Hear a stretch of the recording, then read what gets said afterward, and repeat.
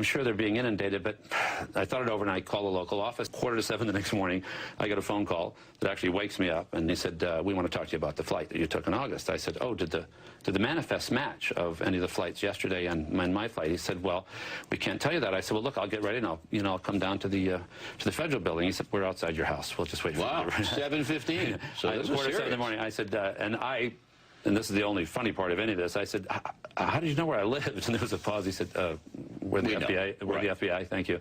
So they came in, and I said, look, I'm dying to know, were these the guys? And he said, well, we've had 36,000 tips in one day, and there's 2 of us, and we're going to be at your house all this morning, so you can do the math, but we can't tell you, you know. So since then, I have identified for sure 2 of them as 2 of the terrorists, who actually were not on Flight 11, but one was on Flight 175 and one was on Flight 77.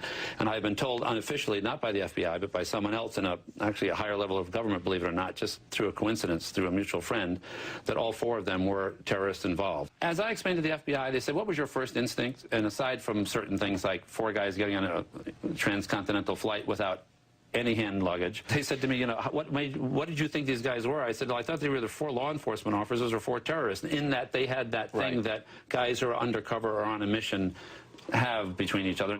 Just more evidence that the hijackers had intelligence ties.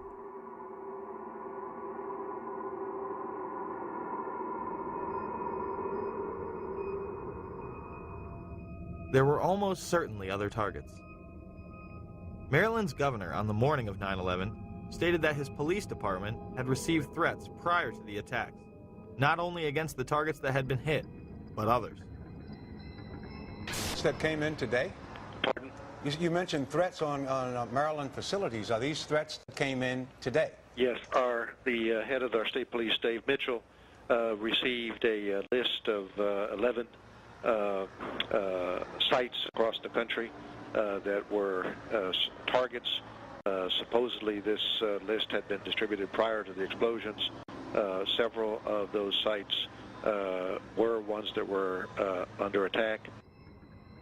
Another target on that morning was Air Force One. Although it is never discussed, the perpetrators of the attack somehow got top-secret codes that morning. Brian, what is the credible evidence that Air Force One could have been a target? These planes were some distance from Air Force One after all. The excuse was that, quote, we do not discuss, we do not discuss intelligence information.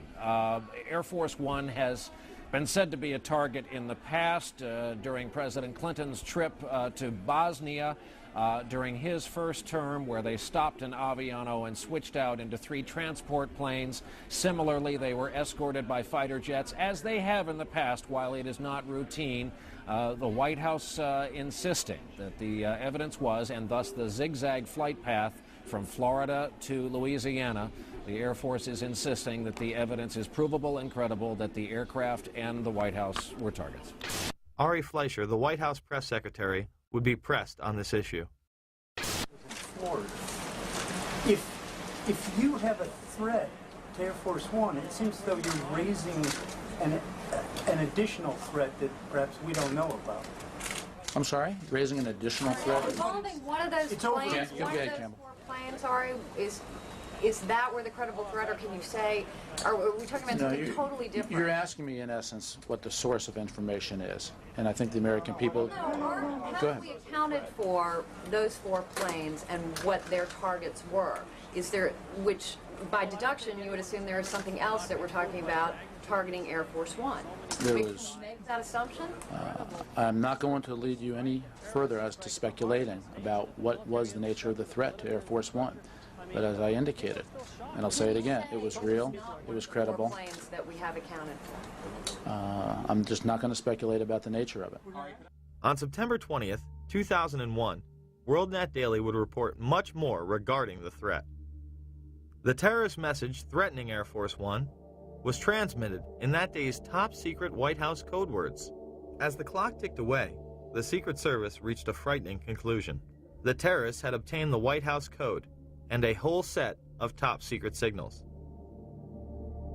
This made it possible for a hostile force to pinpoint the exact position of Air Force One, its destination, and its classified procedures. In fact, the hijackers were picking up and deciphering the presidential plane's incoming and outgoing transmissions. In the week after the attacks in New York and Washington, more hair-raising facts emerged. The terrorists had also obtained the code groups of the National Security Agency and were able to penetrate the NSA's state-of-the-art electronic surveillance system. They seemed to have at their disposal an electronic capability that was more sophisticated than the NSA.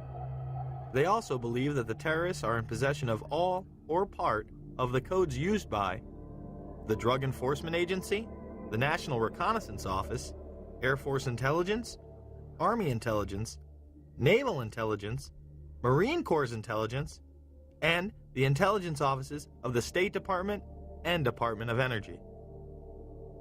Since no single individual has access to every top-level code at any given time, a single mole would not answer the case.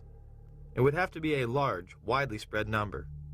U.S. experts do not believe bin Laden was capable of infiltrating double agents into the heart of the U.S. administration on a large scale.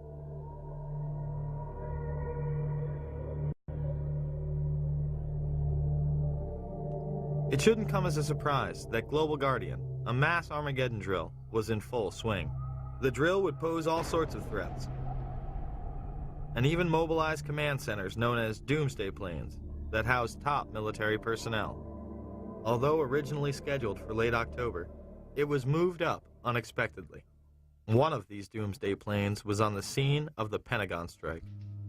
Now to one of the eeriest moments amid the carnage of 9/11, a mysterious plane was seen flying right over the president's residence. Even some CNN staffers saw it. To this day, it has never been officially explained. Tonight, Chief National Correspondent John King has new details about this great 9/11 mystery. Today, 6 years after 9/11, the mystery endures about just what happened in the skies over the White House that terrible day. A plane flew right over it. But why? And what was it? It appeared overhead just before 10 a.m., a four-engine jet banking slowly in the nation's most off-limits airspace. About 10 minutes ago, there was a white jet circling overhead. Now, you generally don't see planes in the area over the White House. That is restricted airspace. Two government sources familiar with the incident tell CNN it was a military aircraft, but say the details are classified. This comparison of the CNN video and an official Air Force photo suggests the mystery plane is among the military's most sensitive aircraft, an Air Force E-4B. Note the flag on the tail, the stripe around the fuselage, and the telltale bubble just behind the 747 cockpit area. The E-4B is a state-of-the-art flying command post, built and equipped for one reason: to keep the government running no matter what, even in the event of a nuclear war. The reason it was nicknamed the Doomsday Plane during the Cold War. They exercise this type of thing all of the time, and they simply don't talk about it. So it doesn't surprise me that they are very closed-mouthed about it.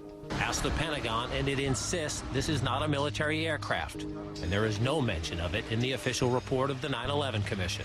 But 6 years later, the Pentagon, the Secret Service, and the FAA all say they, at least for public consumption, have no explanation of the giant plane over the president's house, just as the smoke began to rise across the river at the Pentagon.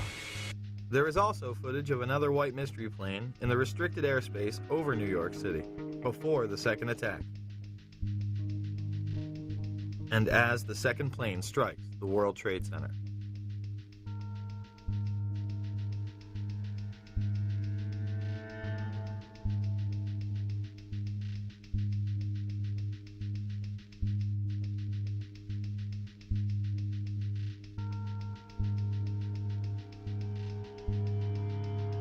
There were 5 E-4Bs in the air on 9/11.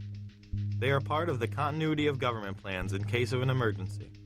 This program was launched in the early 80s, headed by none other than George Herbert Walker Bush.